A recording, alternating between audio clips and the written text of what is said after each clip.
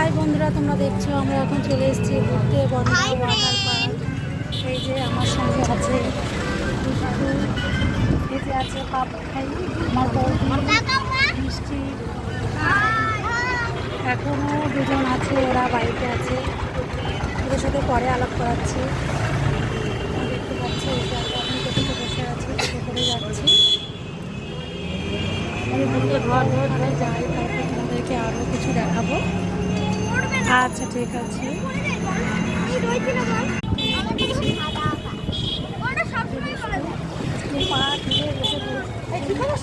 ব্যাকুল আগ্রহে বসে আছে কখন যাবে। ও বাস থেকে নামার আগে বলছে যে আমরা যাবো, কখন যাবো। এই যে আমাদের সঙ্গে আরও যে দুজন ছিল সেই দুজন